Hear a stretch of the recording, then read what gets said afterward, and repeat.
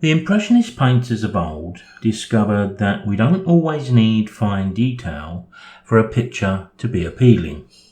In fact, we often use creative filter effects ourselves to remove information from the photograph, and if we've made the right choices, we make the image more appealing. Now, using Photoshop's layers and layer masks, we can reveal our creative filter just in the places we need it. Another option we have is the third-party plugins for Photoshop called Topaz Simplify. I used to use these years ago and they were called Buzz. Now, I've used them quite a bit with images shot in the forest because the forest with the myriad of leaves in the picture can often make the image look cluttered and fussy. So let's take a look at this technique, and I'm using Topaz Simplify 4. I think there's a later version available now, but this one meets all my needs. One of the things we do need to remember whenever we're applying any filters or in fact any textures is that lower resolution images will display the filter or the texture effect greater than a high resolution image. Now, in this situation I am going to apply a filter effect, but in a very minimal way, so I'm happy to leave my image at its full resolution, as you can see here from the image size. Now, I'm starting off in Photoshop with a fully edited image, but it makes sense to make a copy of the layer thumbnail on the right hand side. We can do that in two ways. We can hit Ctrl J, which will automatically make a duplicate, or we can just drag that down over the copy icon down at the bottom, which is the little plus, and it'll make the duplicate for us. Once we've done that, I need to go to my filters. These are third-party filters, so we'll find those down at the bottom here. The ones I want are within the Topaz Labs group, and this is the one Simplify 4. Now, this takes just a few seconds to appear on screen, and when it does, if we take a look around, we can see that we've got quite a number of presets down the left hand side. I want to stay with just the basic Buzz Sim, the one sitting right at the top. So I'm going to go down to that and click it. You will see an instant change to the image, and up at the top left you can see a button called Processed. If I click that button, we can see the before and after.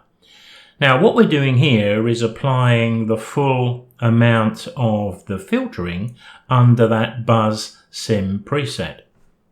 Over on the right hand side, we've got a large number of ways to make changes.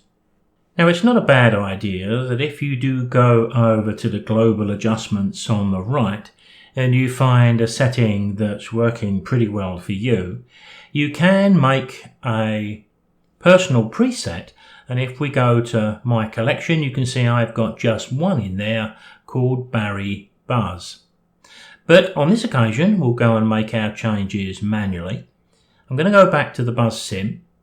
When I click the Processed, sometimes it applies more colour than I can cope with. It does add a little bit of a colour boost. If that is too much for you, then you need to go down to the adjustment options here, and you can just tweak the saturation boost and the saturation to suit your needs.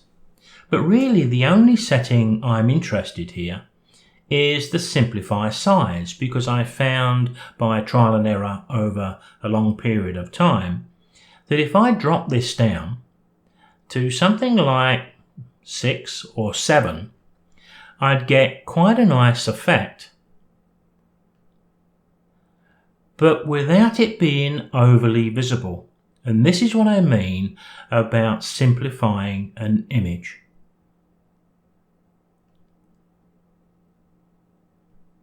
Now, of course, we're looking at the image quite small on screen. So why don't we go up here and look at this at 100%. Maybe that's a little large. Let me go to 50%. I think that may be good. So let's get a group of leaves here that we can look at. That looks pretty good. So let me go back to the processed. So there's the before. There's the after. So now we can evaluate if we want to tweak this a little bit to the right and give it a bit more of an effect. But of course, at some stage, we would go down to the bottom, click OK, and it'll be opened and applied back into Photoshop. Now, once the image appears, of course, we do have the opportunity while we're viewing the image fully on screen to turn off the little eye so we can see a before and after. But once again, if we wanted to zoom in just a little bit, we maybe can see the difference a little more clearly. We're not applying a filter effect which is directly obvious. All we're doing here is reducing some of the detail, and in my view, in doing so, with many images, particularly those shot in the forest where there's lots and lots of detail, it can actually improve the image we've created.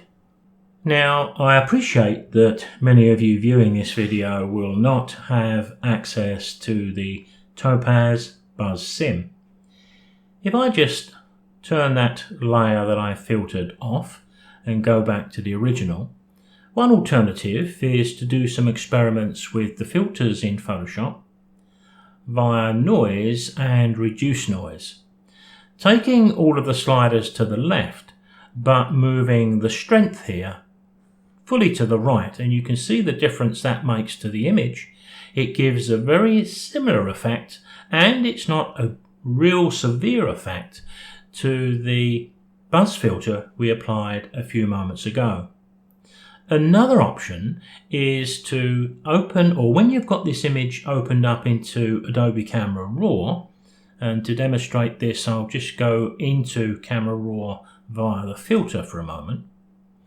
We can take a look at the effects here, because I found that with some images, if we drop the texture, clarity and dehaze, it takes a little bit of trial and error. But here we can also create a slight softening effect, which can be quite attractive in images with lots of detail. So maybe at times we can get a little too obsessed with sharpness and detail. And by reducing that detail, we can make our image a little more appealing to the eye. After all, photography is an art. I'll see you next time.